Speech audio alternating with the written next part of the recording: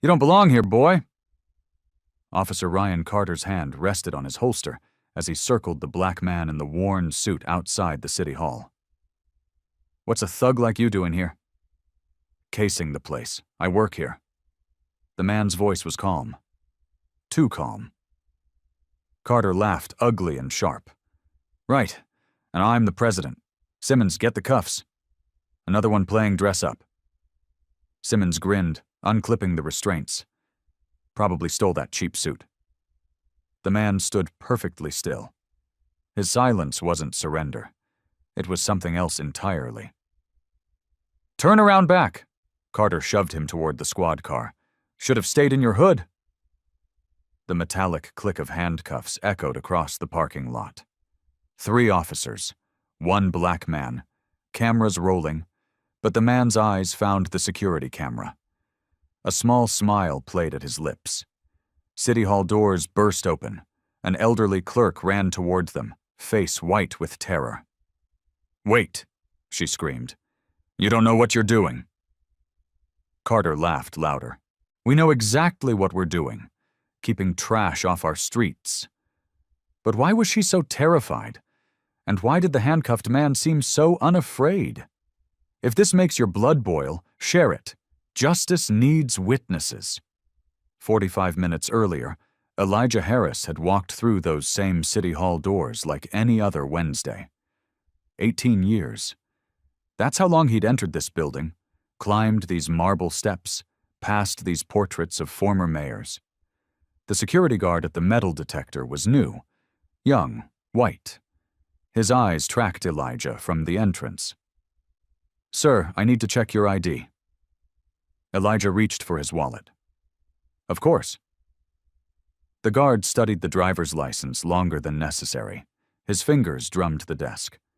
What's your business here? I work here. Doing what exactly? The question dripped suspicion. Elijah kept his voice level. I'm expected in meeting room 4. As a defendant, the words hung in the air like a slap. Behind them, lawyers in expensive suits breezed through without a second glance. Their skin matched the marble walls. No. As Tyler, everything okay? A second guard approached, older. His hand rested on his radio. Tyler's eyes never left Elijah. Got someone here? Claims he works in the city hall. Can't verify. I can show you my hands where I can see them. Tyler's voice sharpened. Several heads turned. A crowd began forming. Evelyn, the city hall clerk, emerged from the elevator. She'd worked here 28 years. She knew every mayor, every lawyer, every janitor. Her eyes widened when she saw Elijah surrounded. What's happening here? Her voice carried authority earned through decades. Ma'am, please step back. Tyler's hand moved to his pepper spray. We have a situation. A situation? Evelyn's face flushed. Do you know who? I said. Step back. Tyler reached for his radio. I need police backup at the main entrance. Possible trespasser refusing to comply. Elijah stood perfectly still. He'd learned long ago that sudden movements could be fatal for men who looked like him. Even here, even in the building where he... You people always think you can just walk in anywhere, Tyler muttered loud enough for the growing crowd to hear. Evelyn tried again. Young man, you're making a terrible... The radio crackled. Units responding. Through the glass doors, 3 police cruisers pulled up. Officers Carter, Simmons, and a rookie climbed out. Carter was known for his random stops in the City Hall district. Somehow they were never actually random. What have we got? Carter strutted in, already unclipping his handcuffs. Tyler pointed. Suspicious individual, won't leave. Claims he belongs here. Carter's eyes swept Elijah up and down. Worn suit, scuffed shoes, black skin. His assessment took 2 seconds. All right, tough guy. Let's take this outside. Officers, I have identification. I said outside. Carter grabbed Elijah's arm. Simmons took the other. They marched him through the doors as the crowd parted. Evelyn rushed after them. Wait, you don't understand. But they were already in the parking lot, already pushing Elijah against a squad car, already reaching for the cuffs. You have the right to remain silent, Carter began, even though no crime had been named. Elijah looked back at the city hall at the carved words above the entrance. Equal justice under law. How many times had those words mocked him? How many times had he entered this building, wondering if today would be the day someone finally saw past his skin to the robe he wore inside? The morning sun caught something in his jacket pocket, something gold, something that would soon change everything. But first, there would be humiliation. First, there would be laughter. First, there would be the cold bite of metal on his wrists. Because in America, some people had to prove they belonged every single day. Carter slammed Elijah against the hood. The metal was cold through his thin suit. Spread your legs wider. A crowd gathered. City Hall employees on their smoke break. Citizens waiting for meetings. Kids on a field trip to learn about justice. They all had front row seats to something else entirely. Please, Elijah said quietly. This is unnecessary. You threatening me? Carter's knee pressed into Elijah's back. Simmons, you hear this guy threatening me? Simmons grinned. Sure did. Better add resisting arrest. That's when the phones came out. 1-5, the modern witnesses recording everything. Get on your knees.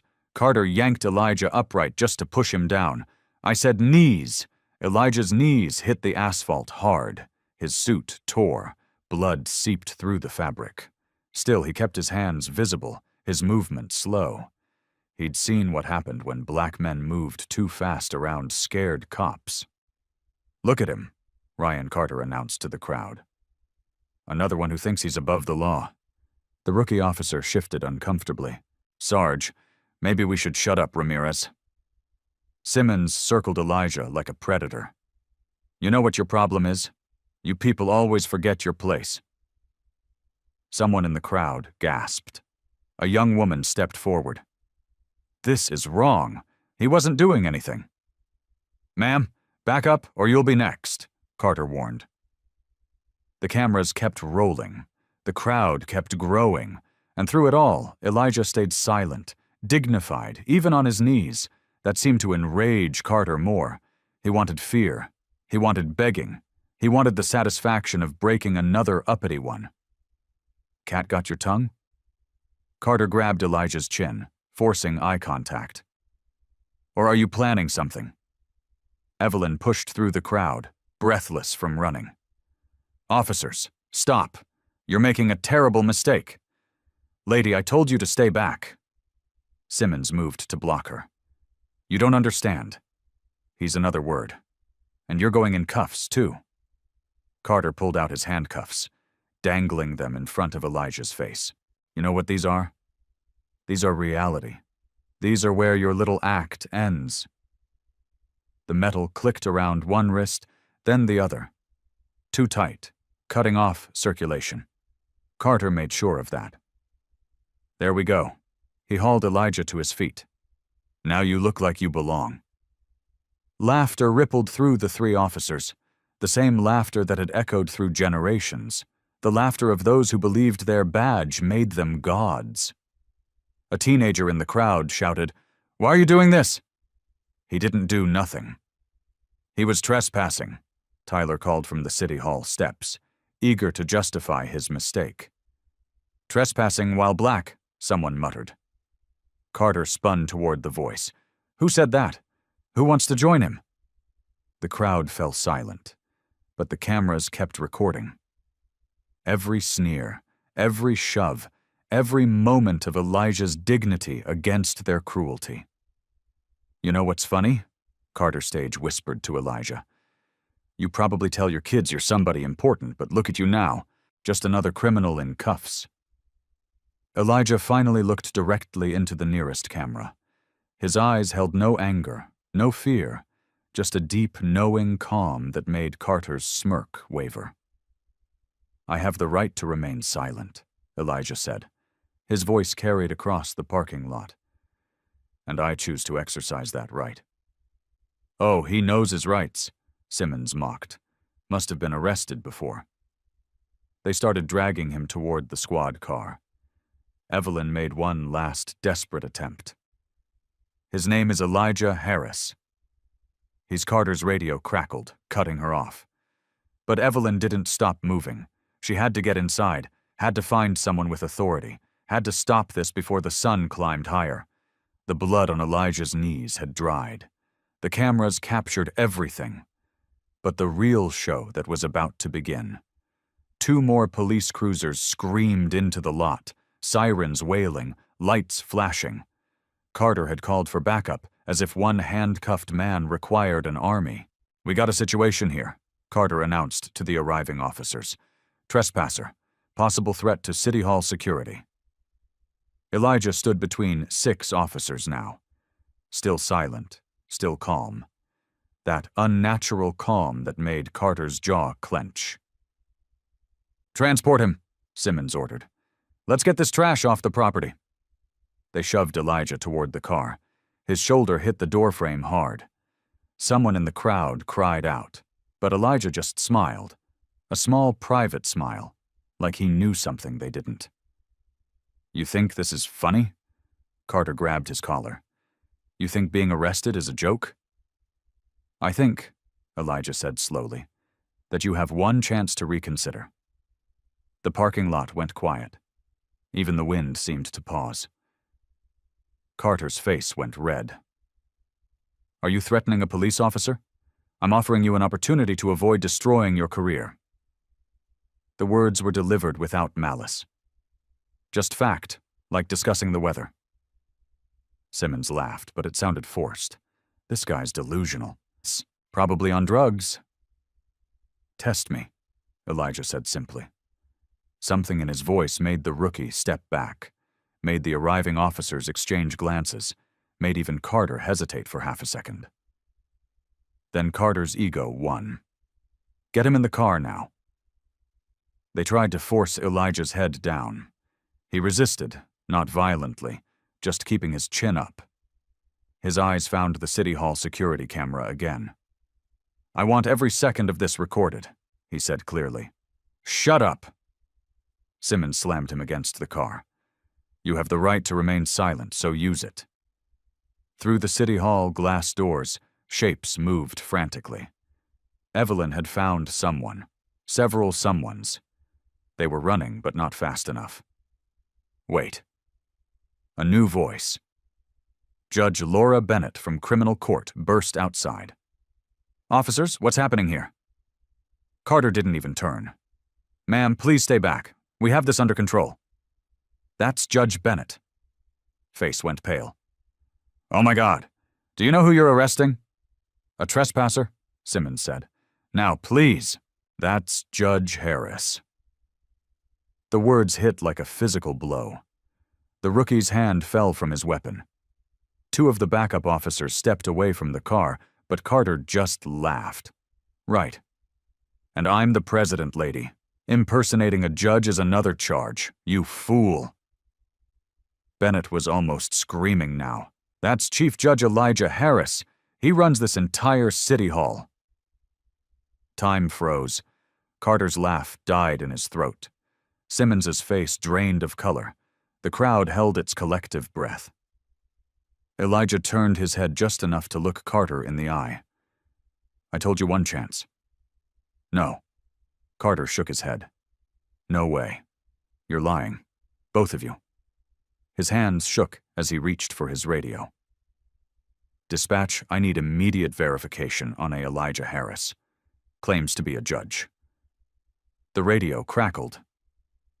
Then, Unit 23. "Did you say Elijah Harris? As in Chief Judge Harris? Please confirm you are not arresting Chief Judge Harris?" The silence that followed was deafening. Carter's hand trembled on the radio. Sweat beaded on his forehead despite the cool morning. "Unit 23, please respond. Confirm status of Chief Judge Harris immediately." Simmons stumbled backward. Oh, Jesus Christ! The rookie officer was already moving to unlock the cuffs. "Sir, I'm so sorry. I didn't know. We didn't." "Don't touch him," Carter snarled. Desperation made his voice crack. "It's a trick. Has to be. Look at him. Look at his clothes." But everyone was looking at Carter, at the man who just assaulted the most powerful judge in the county, at the cameras that captured everything. Evelyn finally reached them, breathless but triumphant. "I tried to tell you. 28 years I've worked here. 28 years. The cuffs were still on. The blood still stained Elijah's knees. The cameras still rolled. And Officer Ryan Carter was about to learn what real justice looked like." Carter's world was crumbling, but he held on to denial like a drowning man to driftwood. "No, no way. This is some kind of setup. Ryan, stop." Simmons's voice shook. "We need to uncuff him now. Don't you move." Carter pointed at the rookie, reaching for his keys. "Nobody touches him until I see proof. Real proof." Elijah finally spoke. His voice cut through the chaos like a judge's gavel. "Officer Carter, badge number 2047. 4 years on the force. 19. Excessive force complaints, all mysteriously dismissed." Carter's face went white. How could he know that? "Officer Simmons, badge 391, 7 years. Recently divorced, behind on child support. Gambling problem covered up by the union." Simmons staggered like he'd been punched. Elijah continued. Still calm, still handcuffed, still in complete control. "Would you like me to continue? Or shall we discuss why you've stopped 18 black men in this parking lot this month alone?" "Shut up!" Carter's hand went to his weapon. The crowd gasped. Cameras zoomed in. "Ryan, no." Judge Bennett stepped between them. "You're already facing assault charges. Don't make it worse." "Assault?" Carter laughed wildly. "He was trespassing. I was walking into my workplace." Elijah's voice stayed level. "Where I've served for 18 years, where I was appointed chief judge by the governor, where your salary comes from my budget," the truth hit Carter like cold water. But he was too deep now, too committed to his mistake. "Prove it. If you're really a judge, prove it. My identification is in my jacket pocket, the one your colleague so roughly searched." Simmons's hands trembled as he reached into Elijah's jacket.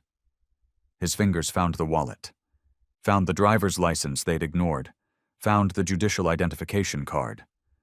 The golden seal of the state Supreme Court gleamed in the morning sun. Oh God, Simmons's legs nearly gave out. It's real. It's all real.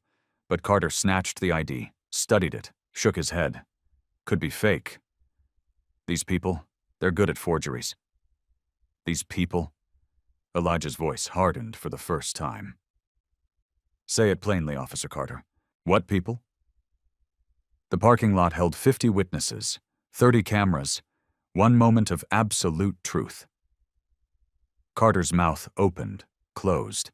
His worldview and his reality were at war, and reality was winning. Evelyn pulled out her phone. "I'm calling the governor's office. They can confirm Judge Harris's appointment directly. No need." A new voice boomed across the lot. Mayor Angela Rivera stepped out of a black town car flanked by the police commissioner. They'd been coming for a scheduled meeting about City Hall security. Instead, they found their chief judge in handcuffs. "Commissioner," the mayor's voice was ice. "Please explain why Judge Harris is bleeding and cuffed in our City Hall parking lot." Commissioner Jordan Lee looked like he'd swallowed glass. Mayor Rivera, I had no idea. Carter did this." Simmons threw his partner under the bus without hesitation. He insisted on the arrest. "I tried to." "You laughed," someone from the crowd shouted. "We all saw you laughing." Elijah turned to face the mayor. Even handcuffed, even bleeding, he commanded the space. "Angela, I believe we had a 9:30 a.m. meeting about bias in policing. Consider this Exhibit A." The mayor's face cycled through shock, rage, and determination. "Commissioner Lee, I want these cuffs off Judge Harris immediately." Ma'am, Carter started. Silence. The mayor's voice cracked like a whip. You've done enough.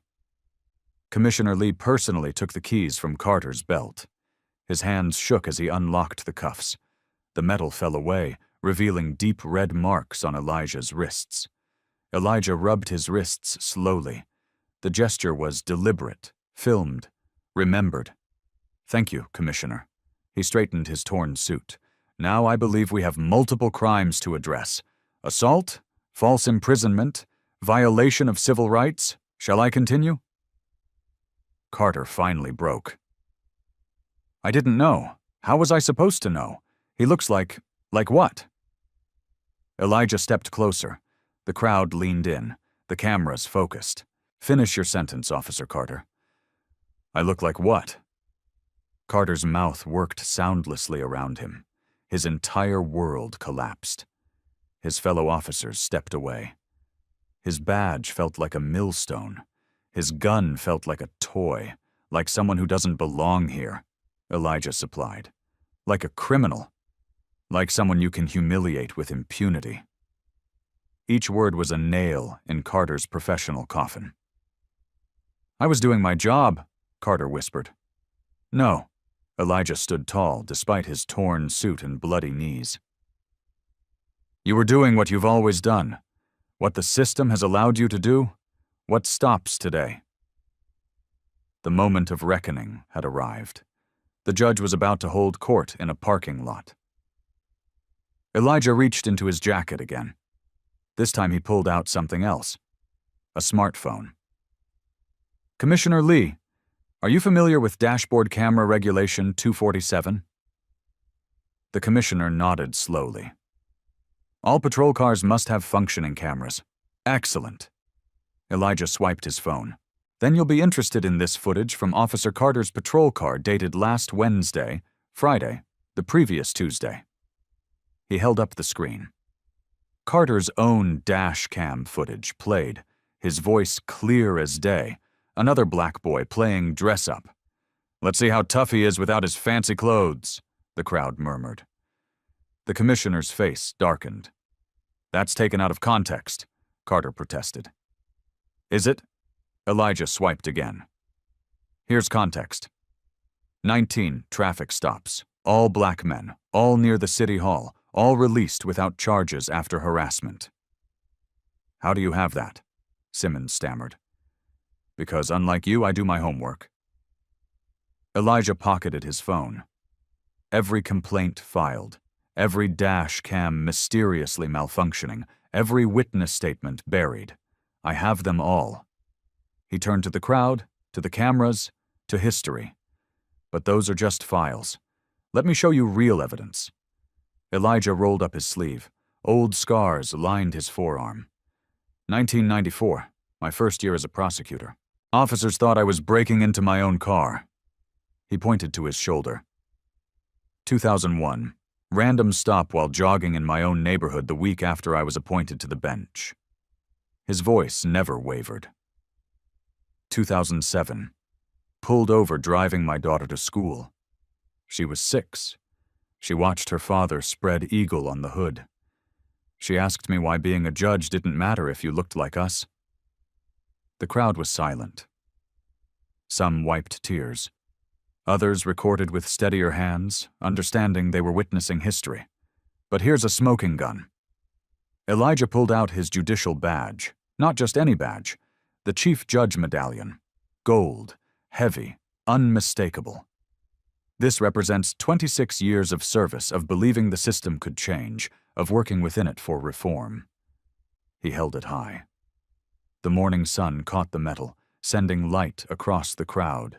This badge means I can fire any City Hall employee, review any police action in this jurisdiction, convene grand juries, and yes, Officer Carter determined the fate of officers who violate their oath. Carter's knees buckled. Simmons caught him before he fell. But that's not the real evidence. Elijah's voice rose. The real evidence is that it took this badge, this title, this proof of my humanity to stop you from destroying another black life. Without it, I'm just another statistic. Commissioner Lee found his voice. Judge Harris, on behalf of the department. Save it, Commissioner. Elijah wasn't finished. The evidence is that Tyler at security didn't recognize me after seeing me for months. That Officer Carter felt comfortable doing this in broad daylight. That Officer Simmons laughed while a man bled on his knees. He turned to face Carter directly. The evidence, officer, is that you've done this so many times you couldn't stop even when judges and mayors begged you to. Evelyn stepped forward, tears streaming. Your Honor, I have something too. She held up a City Hall security tablet. Every entry logged. You've walked through those doors 3,147 times. Same time every morning, same greeting to staff. And Tyler, who started 2 months ago, has stopped you 14 times. The math was damning, the pattern undeniable, the truth unavoidable. 14 times in 2 months, Elijah repeated because my face didn't match his idea of who belongs in halls of justice. Mayor Rivera had heard enough. Commissioner, I want every officer involved suspended immediately, pending full investigation. You can't. Carter found his voice. The union. The union, Elijah interrupted. Will be very interested in the folder. I'll be sending them. Title: How Officer Carter's actions cost the city $25 million in lawsuits. Carter went pale. Simmons stepped away from him. The rookie officer had already removed his badge, placing it on the ground. The golden judicial medallion still caught the light in Elijah's hand. Such a small thing, such enormous power. But the real power that was in the cameras, in the witnesses, in the truth, finally dragged into the light. The gavel was about to fall. Elijah straightened his torn jacket. Blood still marked his knees. His wrists bore the cuff marks like badges. But when he spoke, his voice filled the parking lot like a courtroom. Officer Ryan Carter, please step forward. It wasn't a request. Carter shuffled forward, his earlier swagger gone. You have assaulted a sitting judge. You have violated your oath.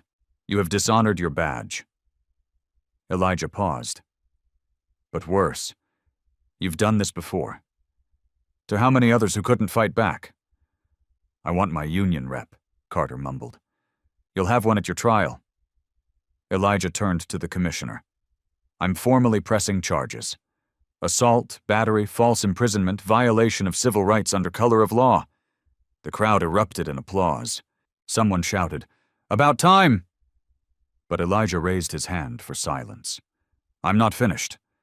He faced the cameras, the witnesses, the world. Officer Simmons, step forward. Simmons's legs shook as he moved beside Carter. You laughed. You participated. You enabled. Elijah let each word land. Your silence and complicity are equally criminal. Judge Harris, Simmons started, save it for your testimony. Elijah turned to the rookie. Officer Ramirez. The young officer looked ready to vomit. Sir, you tried to speak up once. Then you fell silent. That's the system working as designed, breaking good cops into compliant ones. Elijah's voice softened slightly. You have one chance to be different. What do you choose? Ramirez didn't hesitate. He stepped away from Carter and Simmons, then dropped to one knee. I'm sorry, Your Honor. I failed my oath. I failed you. I failed everyone who trusted me to be better. The gesture rippled through the crowd, a young black officer taking a knee, not in protest, but in apology. Elijah helped him stand. That's the first step. The next is harder. He addressed the entire crowd. This is what systemic racism looks like. Not just Officer Carter's hate, but Officer Simmons's laughter. Tyler's assumptions. The good people who stay silent, the policies that enable profiling, the union that protects abusers, the system that says, I need this badge. He held up his medallion to be treated as human. Mayor Rivera stepped forward. Judge Harris, what do you need from my office? Justice. The word rang out. Real justice. Not a suspension with pay. Not a transfer to another precinct. Not a slap on the wrist that insults everyone watching. She nodded. You'll have it. I want more than that. Elijah's voice rose. I want reform. Every officer retrained. Every policy reviewed. Every complaint investigated by civilians, not cops investigating cops. Commissioner Lee cleared his throat. Judge, that's what Elijah wheeled on him. Impossible, expensive, inconvenient. Tell me, Commissioner, what's the price of a black man's dignity? The silence stretched. Lee had no answer. Elijah continued. In 10 minutes, you'll all go back to your offices, your homes, your lives. But the people who look like me, we'll still be wondering if today's the day a traffic stop becomes a funeral. An elderly black woman in the crowd began to cry. Tell them, Judge. Tell them what we live with. Elijah nodded to her. I will, ma'am. In court, under oath, with consequences. He turned back to Carter. You asked what people tell you. People who built this country and can't walk freely in it. People who serve justice and get none in return. People whose children watch their parents humiliated and learn that achievement can't protect them. Those people. Carter's face crumbled.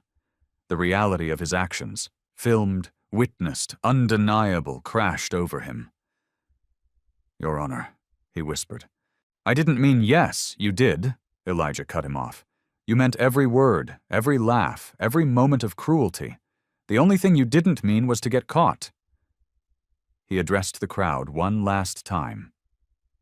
Remember this day, not because I got justice, but because I needed this badge to get it. Tomorrow, when someone without a title faces the same hatred, will you speak up? Will you record? Will you stand as witnesses? The crowd roared its answer. Yes. Yes. Yes. Elijah walked through them toward the city hall. Each step hurt. His knees screamed. His wrists throbbed, but he walked tall. Behind him, officers read Miranda rights to their colleagues. The system had turned on itself. The first domino had fallen. The rest were about to follow. The City Hall conference room had never seen such urgency. 1 hour after the parking lot confrontation, Judge Harris sat at the head of the table. His torn suit had been replaced. The blood was cleaned, but the images those lived on every screen in the room. Gentlemen, ladies, Elijah began. We have a cancer today. We cut it out around the table. Mayor Rivera, Commissioner Lee, the district attorney, police union president Greg Harlan, and 3 civilian oversight members. Harlan's face was red with rage. Judge Harris, Harlan started, while we regret the incident. Incident? Elijah's voice could have frozen fire. Is that what we're calling assault now? He clicked a remote. The conference room screen filled with video, not just from today, dozens of clips. Black citizens thrown against walls, Latino teenagers surrounded by cruisers, Asian families pulled over for random checks. 19 months of footage, Elijah said, all involving officers Carter and Simmons, all covered up by your union. Harlan shifted. Those were investigated. By whom? Your hand-picked review board? Elijah clicked again. New images, documents. I have the real reports, the ones that never made it to official files. District Attorney Mia Wong spoke up. Your Honor, what are you proposing? Not proposing, implementing? Elijah stood. Effective immediately. First, officers Carter and Simmons are terminated. No pension, no appeal. You can't. Harlan slammed the table. The union contract is void when officers commit felonies. Elijah slid a document across. Page 47, Section 3. I suggest you read your own contracts. Commissioner Lee found his voice. Judge, we need to follow process. Process? Elijah laughed bitterly. Like the process that dismissed 19 complaints against Carter. The process that let Simmons terrorize citizens for 7 years. He clicked again. An organizational chart appeared. New process starting now. The mayor leaned forward. Tell us what you need. Civilian oversight with actual power, not advisory binding decisions on all misconduct cases. Elijah pointed to the screen. Random integrity testing of all officers. Mandatory body cameras that can't be turned off ever. The budget, Lee began, will prioritize justice over military equipment. Elijah didn't blink. Sell one armored vehicle. Fund a year of oversight. Harlan stood. This is a witch hunt. You're destroying good cops over one mistake. Sit down, Greg. Elijah's voice dropped dangerously. Or I'll show the room what your son, Officer Harlan Jr., did last month to that homeless veteran. Harlan sat. His face went white. Now, Elijah continued, training every officer, 40 hours on implicit bias, 20 on de-escalation, 10 on the actual law they claim to enforce. That's 70 hours per officer, Lee protested. Would you prefer 70 million in lawsuits? Elijah countered. Because that's what Carter alone will cost you. Attorney Wong cleared her throat. I'll pursue maximum charges, no plea deals. Thank you. Elijah turned to the civilian members. You three will have full access. Every complaint, every body cam, every use of force report. One member, a young black woman named Aisha, spoke. What about the officers who stay silent, who watch abuse and do nothing? Mandatory reporting. See abuse, report it, or share the punishment. Elijah looked at Lee. Starting with your command staff, who ignored those complaints. The room erupted. Harlan shouted about union rights. Lee argued about morale. The mayor tried to restore order. Elijah simply waited. Then he played one more video. Today's arrest, the laughter, the blood, the humiliation. This is your system, he said quietly. Working as designed, protecting itself instead of citizens. The room fell silent. So here's the choice, Elijah continued.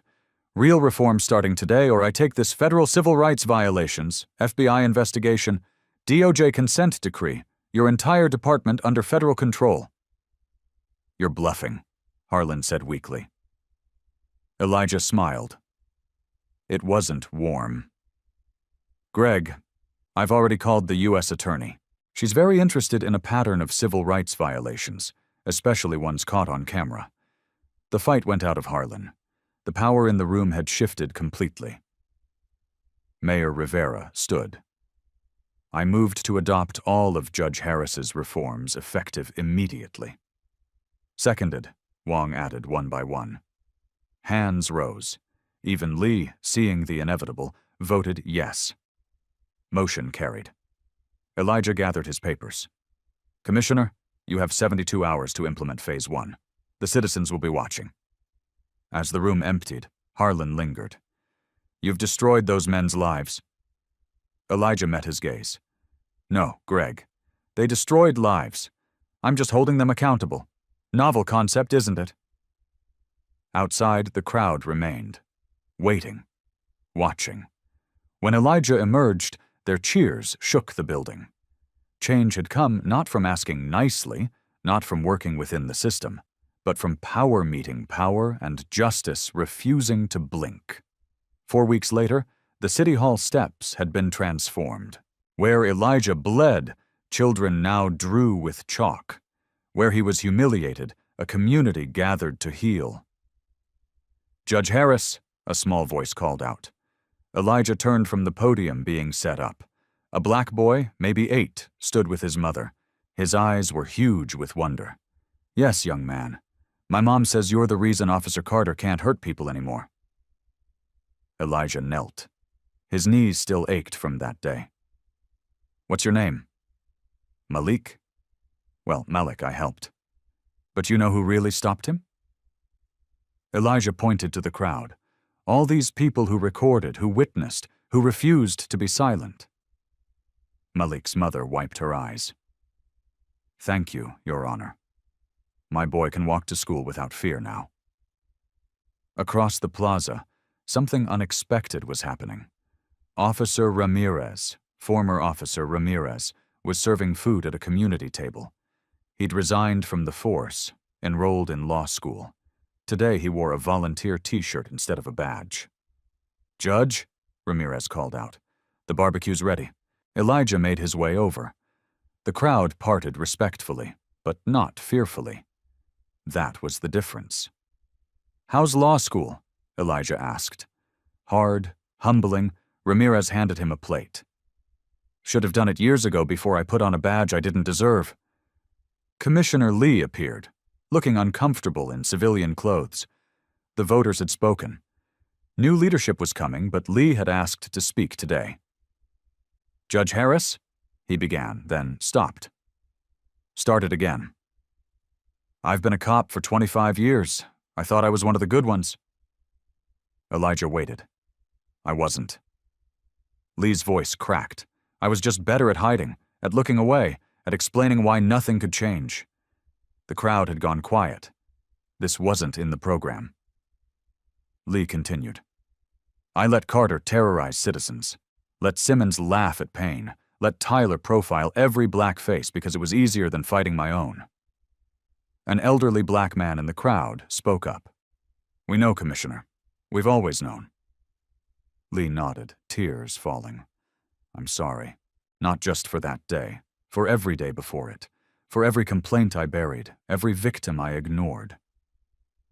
The crowd stirred, some angry, some skeptical, but Elijah raised a hand. "Commissioner Lee," he said formally, "apologies are words. Justice requires action. What will you do?" Lee straightened. "I'm testifying against Carter, against Simmons, against the whole system I protected. No blue wall, no silence. Everything I know on record." The plaza erupted. This was unprecedented. A police commissioner breaking the code. Evelyn appeared at Elijah's elbow. 28 years of City Hall service, and she'd never looked prouder. "Your Honor, it's time." Elijah took the podium. The crowd, black and white, young and old, powerful and powerless, turned to listen. 4 weeks ago, I was arrested for existing while black. No microphone needed. His voice carried. Today, Officer Ramirez serves our community instead of harassing it. Commissioner Lee chooses truth over silence. Our children draw with chalk where I bled. That's progress. Cheers, Rose. But Elijah wasn't done. "But Malik here," he pointed to the boy, "shouldn't need my badge to walk safely to school. His mother shouldn't need video evidence to protect her child. Progress isn't enough. We need justice." He looked across the plaza, at the city hall where he served, at the parking lot where he bled, at the people who'd stood witness. Justice means every officer trained to see humanity before color. Every complaint investigated by civilians, not cops. Every abuse prosecuted, not hidden. Every citizen protected, not profiled. The crowd was nodding, clapping, some crying. But most of all, Elijah's voice softened. Justice means Malik grows up in a world where this gathering isn't necessary, where equality isn't remarkable, where a black man in a worn suit is just a man going to work. Young Malik broke from his mother, ran to the podium, and hugged Elijah's leg. The judge lifted him up. The boy whispered something in his ear that made Elijah smile. Really smile for the first time in weeks. "Malik wants to be a judge," Elijah announced, "not to fight injustice, but to ensure there's none left to fight." The plaza erupted. Hope had replaced fear. Community had conquered division. Not perfect, not complete. But for one afternoon, on City Hall steps that had seen too much pain, healing began. Tomorrow the trials would start. The system would resist. The work would continue. But today, a boy who looked like Elijah could dream of justice without scars. 8 months later, meeting room 4, the same room Elijah had tried to enter that morning. "Has the jury reached a verdict?" "We have, Your Honor." Elijah sat in the gallery, not presiding, watching justice work without his thumb on the scale. We find the defendant, Ryan Carter, guilty on all counts. The courtroom exhaled. Carter's shoulders slumped. In the gallery, citizens who'd filmed that day nodded with satisfaction. Simmons's trial was next week. Lee had kept his promise. His testimony had been devastating. The blue wall hadn't just cracked, it had crumbled. Outside the city hall, Elijah found Malik and his mother waiting. The boy wore a tiny suit, his first time in court. "Did we win, Judge Harris?" Elijah knelt. "We started winning the day people refused to look away. Today's just confirmation. Local news cameras captured the moment. But this wasn't about headlines anymore. It was about Malik's future, about every child who'd seen the video and learned that power could be challenged, that justice, while slow, was possible.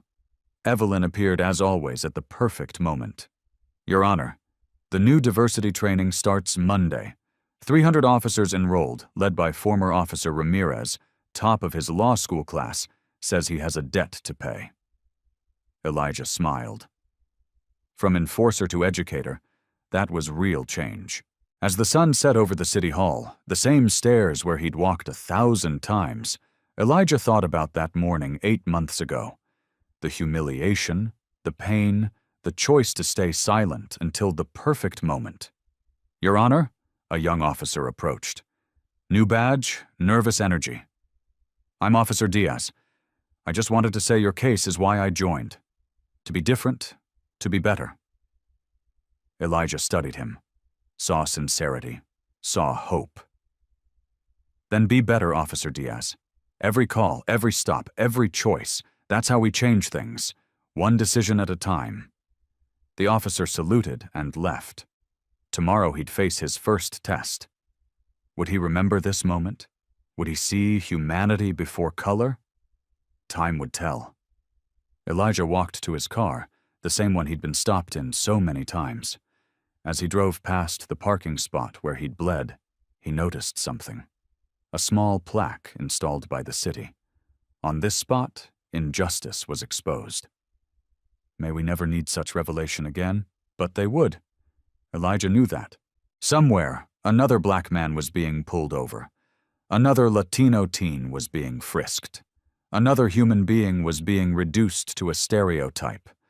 The difference now, people were watching, recording, speaking, and sometimes, not always, not enough, but sometimes justice followed.